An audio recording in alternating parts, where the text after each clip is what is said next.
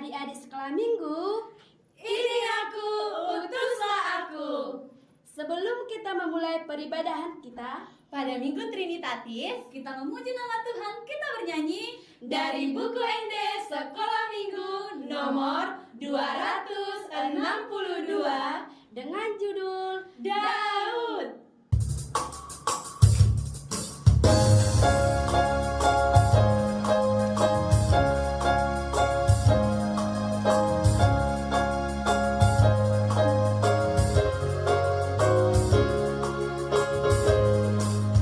Gembala domba-domba Daud di padang, melaksanakan tugasnya dengan hati senang. Pengganggu dihalaunya, domba pun aman. Pengganggu dihalaunya, domba pun aman. Goliat yang kekar besar, Daud tak gentar. Hanya dengan umpan batu, Daud pun maju. Tuhan diandalkannya, Daud pun menang. Tuhan diandalkannya, Daud pun menang.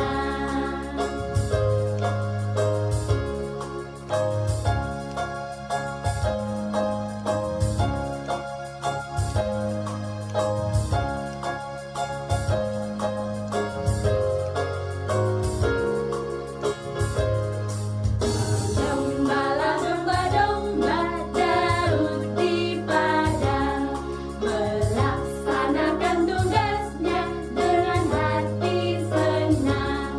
Pengganggu dihalaunya, domba pun aman. Pengganggu dihalaunya, domba pun aman. Nah, adik-adik sekolah minggu, sebelum kita mendengarkan firman Tuhan, kita berdoa. Kami bersyukur kepadamu Tuhan untuk berkat-Mu yang masih boleh kami rasakan hingga pada saat ini. Kami dapat berkumpul di sini untuk memuji dan muliakan nama-Mu. Tuhan, kami akan mendengarkan firman-Mu, berkati hati dan pikiran kami agar dapat mendengarkan firman-Mu dengan baik. Dalam nama Tuhan Yesus Kristus kami berdoa dan bersyukur. Amin. Firman Tuhan yang menjadi nats khotbah sekolah minggu pada hari ini, pada Minggu Trinitatis, tertulis dalam kitab 1 Samuel pasal 17 ayat 40 sampai 58. Kitab 1 Samuel 17 ayat 40 sampai ayat yang ke-58. Demikian firman Tuhan. Lalu Daud mengambil tongkatnya di tangannya.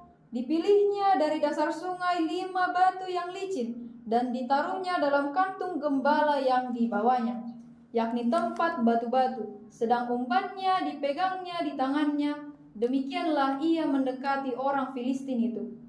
Orang Filistin itu kian dekat menghampiri Daud, dan di depannya orang yang membawa perisainya.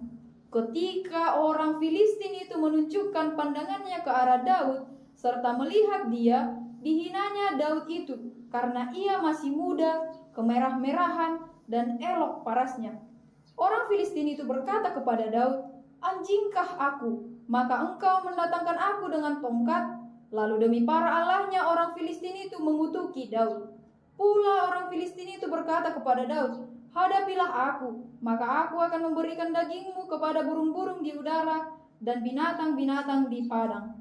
Tetapi Daud berkata kepada orang Filistin itu, "Engkau mendatangi aku dengan pedang dan tombak dan lembing, tetapi aku mendatangi engkau dengan nama Tuhan semesta alam, Allah segala barisan Israel yang kau tantang itu. Hari ini juga Tuhan akan menyerahkan engkau ke dalam tanganku, dan aku akan mengalahkan engkau dan memenggal kepalamu dari tubuhmu. Hari ini juga aku akan memberikan mayatmu dan mayat tentara orang Filistin kepada burung-burung di udara dan kepada binatang-binatang liar, supaya seluruh bumi tahu bahwa Israel mempunyai Allah. Dan supaya segenap jemaat ini tahu bahwa Tuhan menyelamatkan bukan dengan pedang dan bukan dengan lembing, sebab di tangan Tuhanlah pertempuran, dan ia pun menyerahkan kamu ke dalam tangan kami." Ketika orang Filistin itu bergerak maju untuk menemui Daud, maka segeralah Daud berlari ke barisan musuh untuk menemui orang Filistin itu. Lalu Daud memasukkan tangannya dalam kantungnya, diambilnyalah sebuah batu dari dalamnya, diumbannya, maka kenalah dahi orang Filistin itu, sehingga batu itu terbenam ke dalam dahinya, dan terjerumuslah ia dengan mukanya ke tanah. Demikianlah Daud mengalahkan orang Filistin itu dengan umban dan batu. Ia mengalahkan orang Filistin itu dan membunuhnya tanpa pedang di tangannya. Daud berlari mendapatkan orang Filistin itu, lalu berdiri di sebelahnya, diambilnyalah pedangnya, dihunusnya dari sarungnya, lalu menghabisi dia. Dipancungnyalah kepalanya dengan pedang itu. Ketika orang-orang Filistin melihat bahwa pahlawan mereka telah mati, maka larilah mereka. Maka bangkitlah orang-orang Israel dan Yehuda. Mereka bersorak-sorak lalu mengejar orang Filistin sampai dekat Gad dan sampai pintu gerbang Ekron. Dan orang-orang yang terbunuh dari orang Filistin bergelimpangan di jalan Saarim sampai Gad dan sampai Ekron. Kemudian pulanglah orang Israel dari pemburuan hebat atas orang Filistin, lalu menjara perkemahan mereka. Dan Daud mengambil kepala orang Filistin yang dipancungnya itu dan membawanya ke Yerusalem. Tetapi senjata-senjata orang itu ditaruhnya dalam kemahnya. Ketika Saul melihat Daud pergi menemui orang Filistin itu, berkatalah ia kepada Abner, panglima tentaranya, "Anak siapakah orang muda itu, Abner?" Jawab Abner, "Demi Tuanku hidup ya Raja, sesungguhnya aku tidak tahu." Kemudian Raja berkata, "Tanyakanlah anak siapakah orang itu." Ketika Daud kembali sesudah mengalahkan orang Filistin itu, maka Abner memanggilnya dan membawanya menghadap Saul, sedang kepala orang Filistin itu masih ada di tangannya. Kata Saul kepadanya, "Anak siapakah engkau ya orang muda?" Jawab Daud, "Anak hamba tuanku, Isai orang Betlehem itu." Demikian. Nah, adik-adik sekolah minggu, cerita kita pada hari ini berbicara tentang dua tokoh utama, yaitu tentang Daud dan Goliat. Nah, adik-adik sekalian, tentu saja sudah terbiasa mendengarkan cerita tentang Daud Goliat. Nah, Daud adalah anak dari seorang yang berasal dari suku Yehuda yang bernama Isai. Jadi Daud adalah anak paling bungsu dari 8 bersaudara. Daud ini adalah seorang yang muda, seorang yang elok parasnya dan berwarna kemerah-merahan. Dalam kesehariannya, Daud bekerja sebagai menggembalakan domba-domba ayahnya. Sedangkan tokoh yang kedua ialah Goliat. Goliat adalah seorang tentara Filistin. Ia memiliki badan yang sangat besar dengan tinggi 6 hasta sejengkal. Goliat ini menggunakan peralatan perang yang sangat lengkap. Nah, adik-adik sekalian, yang menjadi pertanyaan kakak saat ini adalah, apakah adik-adik pernah melihat raksasa? Nah, adik-adik, dalam kisah Alkitab juga kita dapat menemukan tentang raksasa. Yaitu siapakah dia? Beginilah isi cerita kita pada hari ini. Nah, jadi adik-adik, pada suatu hari orang-orang Israel berperang dengan orang-orang Filistin. Akan tetapi orang-orang Filistin mengirimkan tentara perang mereka yang bernama Goliat. Sedangkan dari orang Israel tidak ada yang berani. Kenapa tidak berani, Kak? Karena Goliat adalah seorang yang berbadan besar, atau seringkali kita kenal dengan raksasa. Tidak ada orang-orang Israel yang berani untuk melawan Goliat. Sehingga Goliat selalu merendahkan orang-orang Israel. Goliat meremehkan orang-orang Israel dan menjelek-jelekkan orang-orang Israel. Mendengar hal tersebut, Daud tidak terima, hingga Daud memutuskan untuk menjadi perwakilan dari orang-orang Israel untuk melawan Goliat di medan perang.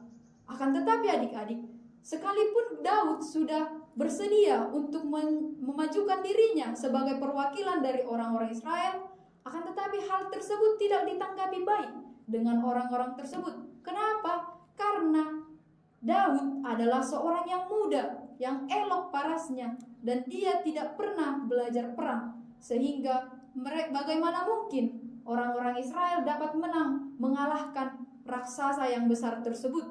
Akan tetapi, hal tersebut tidak menjadi penghalang bagi Daud. Daud tetap maju melawan Goliat hanya dengan mengandalkan nama Tuhan. Maka berperanglah orang-orang Israel dengan orang Filistin. Lalu Daud mengambil tongkatnya dan mengambil 5 batu yang licin dari dasar sungai dan ditaruhnya di kantung gembalanya. Kemudian Daud datang menghampiri Goliat. Akan tetapi hal tersebut ditertawakan oleh Goliat. Goliat mengatakan, apabila orang-orang Israel kalah melawan orang Filistin, maka orang-orang Israel harus menjadi budak orang-orang Filistin. Dan begitu pula sebaliknya. Apabila orang-orang Israel yang menang, maka orang-orang Filistin akan menjadi budak orang-orang Israel. Melihat Daud datang menghampiri Goliat, Goliat pun mengejek Daud dengan berkata, bagaimana mungkin Daud dapat mengalahkan Goliat hanya dengan menggunakan batu? Akan tetapi Daud menjawab Goliat dengan berkata, aku datang dengan mengandalkan nama Tuhan semesta alam.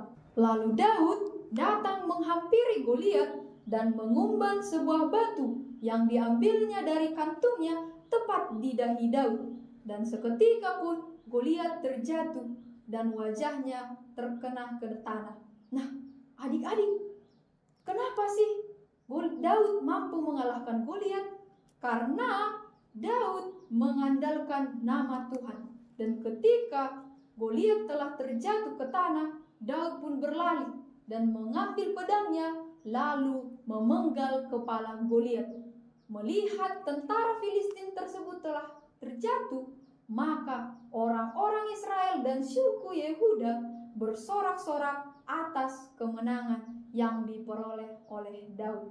Nah, adik-adik, melalui cerita kita pada hari ini, kita diajarkan untuk yang pertama, jangan meremehkan hal-hal yang bersifat kecil. Contohnya seperti Daud tadi. Dia hanya menggunakan sebuah batu dan diremehkan oleh orang-orang yang di sekitarnya. Akan tetapi, hal tersebut tidak menjadikan Daud menjadi gentar, menjadi takut. Sebaliknya, Daud tetap berani untuk melawan Goliat. Kenapa? Karena Daud mengandalkan nama Tuhan. Sekalipun benda itu kecil di mata manusia, akan tetapi di mata Tuhan hal tersebut dapat menjadi benda yang luar biasa dan menghasilkan kuasa yang besar. Yang kedua, melalui khotbah kita pada hari ini, kita diajarkan untuk mengandalkan Tuhan. Nah, sebagai anak-anak sekolah minggu, bagaimana sih Kak caranya untuk mengandalkan Tuhan dalam kehidupan sehari-hari? Yaitu yang pertama, orang-orang yang telah mengandalkan Tuhan akan dipenuhi dengan keberanian dan rasa percaya diri. Sebagai contoh, ketika adik-adik di sekolah, pasti adik-adik takut ketika disuruh untuk berbicara di depan kelas. Akan tetapi, melalui cerita kita pada hari ini, kita diajarkan bahwa adik-adik tidak perlu takut. Adik-adik harus menunjukkan keberanian dengan mampu berbicara di depan kelas. Dengan sebelum melakukan hal tersebut, terlebih dahulu berdoa kepada Tuhan, meminta kekuatan agar Tuhan menguatkan adik-adik. Selanjutnya, bagaimana juga adik-adik menunjukkan keberanian tersebut ketika adik-adik diejek, sama seperti Daud tadi. Dia diejek oleh orang-orang, akan tetapi hal tersebut tidak menyurutkan semangat Daud. Dia tetap berani untuk melawan orang Filistin tersebut. Demikian juga adik-adik. Sekalipun adik-adik masih kecil, sering diejek di sekolah, akan tetapi adik-adik harus menunjukkan kepada orang-orang bahwa adik-adik berani, bahwa kondisi fisik tidak menjadi penentu seseorang dapat berhasil. Sekalipun adik-adik kecil, tapi adik-adik juga masih berdampak untuk orang-orang di sekitar adik-adik. Selanjutnya, melalui nats kita pada hari ini kita diajarkan bahwa tidak boleh cemas dan takut. Sama seperti Daud, dia tidak takut menghadapi orang-orang Filistin tersebut. Begitu pula dengan adik-adik dalam kehidupan di sekolah, ketika akan menghadapi ujian, adik-adik sering sekali takut, tidak dapat menghadapi ujian tersebut dengan baik, tidak dapat menjawab soal-soal dengan baik. Akan tetapi, melalui nats kita pada hari ini kita diajarkan untuk tidak takut. Bagaimana caranya, Kak? Adik-adik pasti dapat menjawab soal-soal tersebut apabila adik-adik belajar dengan baik, mempersiapkan diri dengan baik sebelum menghadapi ujian, dan berserah kepada Tuhan dengan berdoa memohon kekuatan sebelum melaksanakan ujian tersebut. Ingat adik-adik, kemenangan Daud dalam cerita hari ini bukan karena kekuatan dirinya sendiri, bukan karena kemampuannya. Akan tetapi, kemenangan Daud karena Daud mengandalkan Tuhan dalam perjalanan kehidupannya. Sama seperti Daud, demikianlah adik-adik sekolah minggu diharapkan untuk senantiasa mengandalkan Tuhan dalam perjalanan kehidupan. Karena hanya bersama Tuhanlah maka kita dapat melakukan segala perkara dalam kehidupan ini dapat kita atasi dengan baik. Nah, adik-adik sekolah minggu, di sini kakak ada alat peraga yang dapat memudahkan adik-adik dalam memahami teks cerita kita pada hari ini. Di sini kakak ada air yang telah diisi ke dalam wadah ini. Selanjutnya, kakak ada tinta. Apa sih maksudnya, Kak? Nah, jadi wadah ini kita gambarkan sebagai Goliat yang memiliki badan besar tadi. Dia seorang raksasa. Demikian juga wadah ini kita gambarkan sebagai Goliat. Yang kedua, tinta di sini kita gambarkan sebagai Daud yang berbadan kecil dan selalu diremehkan oleh orang-orang. Lalu, ketika tinta ini hanya kita masukkan satu tetes saja ke dalam air, tentu saja dapat kita lihat bahwa tinta tersebut dapat merubah warna air. Tadinya warna air adalah warna putih, akan tetapi setelah kita masukkan tinta, air ini berubah menjadi warna merah. Nah, maksudnya apa sih, Kak? Nah, melalui alat peraga ini kita dapat melihat, sekalipun tinta ini adalah kecil, hanya setetes saja yang kita masukkan, akan tetapi tinta tersebut memiliki dampak yang besar yang dapat mempengaruhi air ini. Air ini tidak akan dapat lagi menjadi putih karena setelah dimasukkan tinta. Demikian juga dengan adik-adik sekalian. Sekalipun kita kecil, tetapi kita berdampak. Sama halnya seperti Daud tadi. Dia kecil, akan tetapi hanya dengan mengandalkan kuasa Tuhan, Daud dapat mengalahkan Goliat. Nah, demikianlah firman Tuhan. Hendaknya adik-adik sekalian menjadi anak-anak sekolah minggu yang senantiasa mengandalkan Tuhan dalam perjalanan kehidupan. Amin, kita berdoa. Terima kasih Tuhan untuk berkat-Mu yang masih boleh kami rasakan hingga pada saat ini, hingga kami dapat menyelesaikan mendengarkan firman-Mu. Ajarlah kami Tuhan, agar kami menjadi orang-orang yang senantiasa mengandalkan Tuhan dalam kehidupan kami. Hanya melalui nama anak-Mu Tuhan Yesus Kristus, kami berdoa dan mengucap syukur. Amin.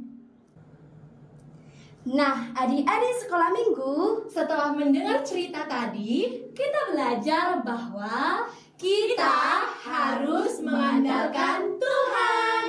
untuk mengakhiri peribadahan kita pada hari ini, kita bernyanyi dari buku ND Sekolah Minggu nomor 190 dengan judul